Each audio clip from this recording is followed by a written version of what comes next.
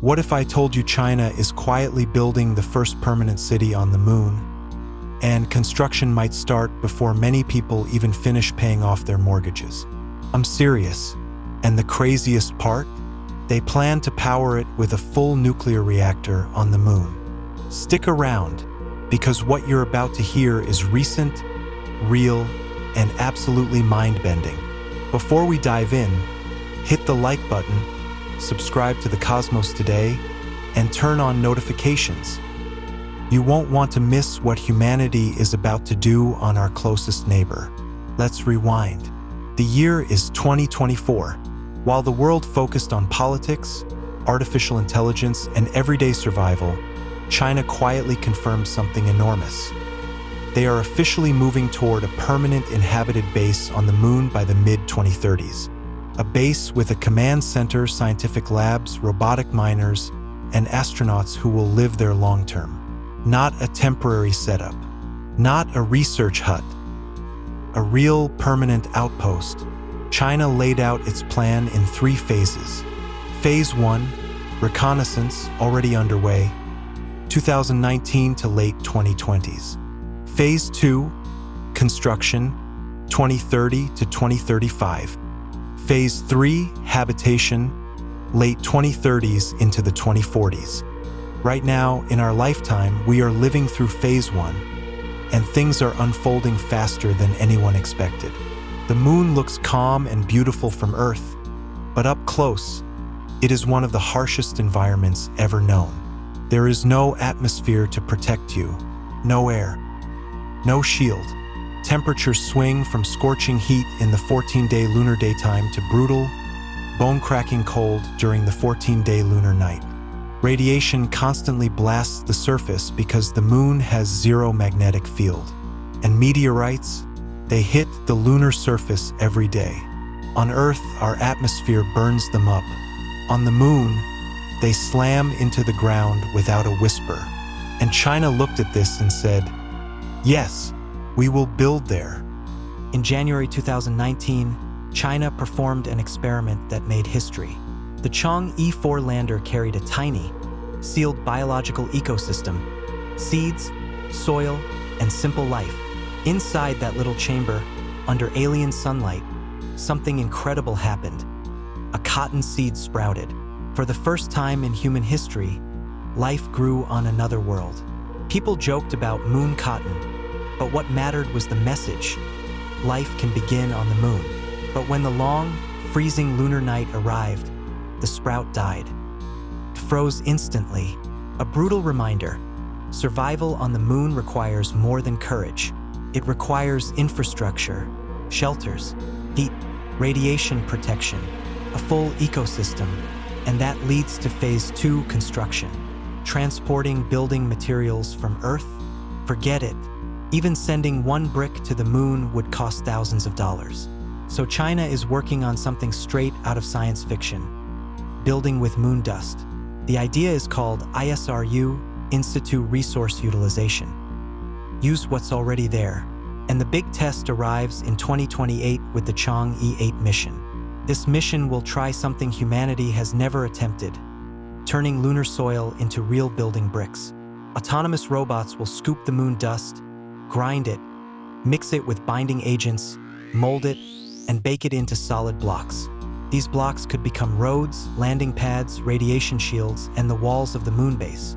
Imagine little robots 3D printing an entire settlement out of lunar soil. It sounds like fiction, but it is officially scheduled, funded, and already being engineered. Another design, called the Moon Pot Vessel, looks like an eggshell. It uses layers of lunar soil mixed with a special adhesive shipped from Earth. The structure is strong, light, and insulated, similar to how an eggshell protects the life inside. Multiple layers keep pressure stable, block radiation, and guard against meteor impacts. Could become one of the first real lunar homes. But building is only one part of the challenge. A moon base needs huge amounts of energy. That's where China's boldest idea comes in. In 2024, China and Russia announced plans to build a nuclear power plant on the moon. Yes, a nuclear reactor on the lunar surface. Surprisingly, the moon is an ideal place for nuclear power. There's no atmosphere to spread radioactive material, no wildlife to protect. Natural cold traps inside deep craters help cooling systems. And radiation levels are already extreme. And you need power, a lot of it. Heating, lighting, oxygen generation, water recycling, communications, scientific equipment, mining, and life support systems all demand enormous energy. Solar panels alone cannot handle 14 days of pitch-black lunar night. Nuclear energy may be the only realistic solution. But China isn't stopping at surface buildings. They are looking underground.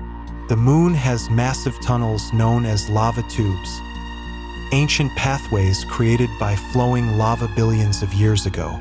These tubes can be hundreds of meters wide and kilometers long. They are shielded from radiation, meteorites, and temperature swings. In other words, they are natural homes waiting to be explored. To find them, China will send the Chang'e E7 mission in 2026. Equipped with ground-penetrating radar, the spacecraft will scan the lunar South Pole, searching for hollow caverns deep beneath the surface. If they find a stable lava tube, it could become the world's first underground lunar city. Why the lunar South Pole? Because it is the most valuable real estate in the solar system right now. The moon's South Pole has areas called peaks of eternal light, places that remain sunlit most of the year, perfect for power generation. And nearby, inside eternally shadowed craters, lies something priceless: ice. Frozen water, untouched for billions of years. Water is life. Water is air.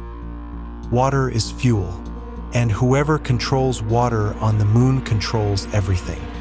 This is why nearly every space agency, NASA, ESA, ISRO, and private companies like SpaceX are targeting the South Pole. It is the new gold rush. Between 2031 and 2035, China has 5 major missions planned specifically to assemble the moon base piece by piece. These missions will land the command center, science labs, communication relays, robotic miners, ISRU machines, astronomical observatories, and landing pads. The blueprint is not theoretical. It is written, approved, and under development. And then comes habitation. Imagine the year is 2037. A crew of Chinese astronauts land on the moon, not for days like Apollo, but for months. They will test long-term human survival. They will live inside 3D printed shelters. They will farm small plants. They will rely on nuclear power. They will explore underground lava tubes. Their discoveries will shape the future of humanity beyond Earth. This moon base isn't just about pride. It's about preparing for the next era of human civilization. A permanent lunar outpost opens the door to Mars missions, asteroid mining, deep space telescopes, helium-3 fusion fuel, and an entire off-world economy. The first nation to build a moon base will set the rules for the next century. And China wants to be first. If the plan succeeds, the moon base will begin with small modules, then expand into tunnels, then connect into districts, underground habitats, rover highways, scientific greenhouses, observation towers, fuel depots, a full lunar infrastructure. Our grandchildren may live to see vacations on the moon, cities under lunar stone, tourists staying in transparent domes looking down at Earth. It sounds unreal, but so did airplanes a century ago. So did smartphones. So did landing on the moon itself. Here's the truth. China isn't dreaming. They're doing. They're sending missions almost every year. They're testing lunar bricks. They're mapping underground caves. They're planning a nuclear plant. They're building the blueprint for the first extraterrestrial settlement in human history. And if they succeed, humanity officially becomes a two-world species. Now here's the question I'll leave you with. If China builds the first city on the moon, who builds the second? NASA? Europe? India? SpaceX? Or someone we're not even thinking about yet? The new space race isn't coming. It's here. Make sure you subscribe to The Cosmos today, because tomorrow, I'm bringing you another story that just might change how you see our future.